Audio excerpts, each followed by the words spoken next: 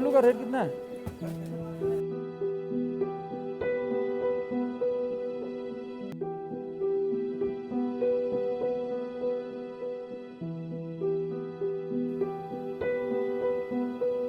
आजकल कम हो गया है, डीसी साहब का ऑर्डर है ना, बिल्कुल ज़्यादा रेट पे नहीं बेच सकते हैं। तो मतलब डीसी साहब रोज देते हैं आप लोग को? रोज़ नहीं है, इसको फिक्स हो जाता है ना।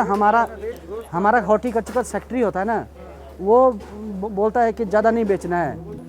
आलू 30 रुपये किलो है, प्याज आज की डेट में 40 है, पहले ये 50 रुपये किलो था। टमाटर आज 40 रुपये किलो है। ये गोभी आजकल 40 रुपये किलो है।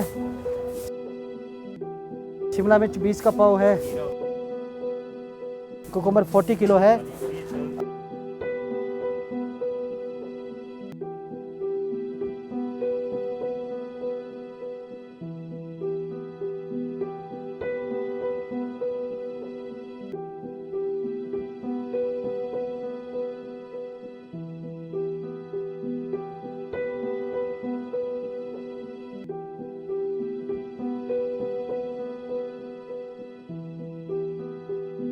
सुरक्षा के लिए ये मास्क पहना है मैंने, ये ग्लव्स लगाए हैं और सैनिटाइज़र है मेरे पास, उसको यूज़ करते हैं और सोशल डिस्टेंस मेंटेन करते हैं। लोगों को दूर दूर खड़ा करते हैं।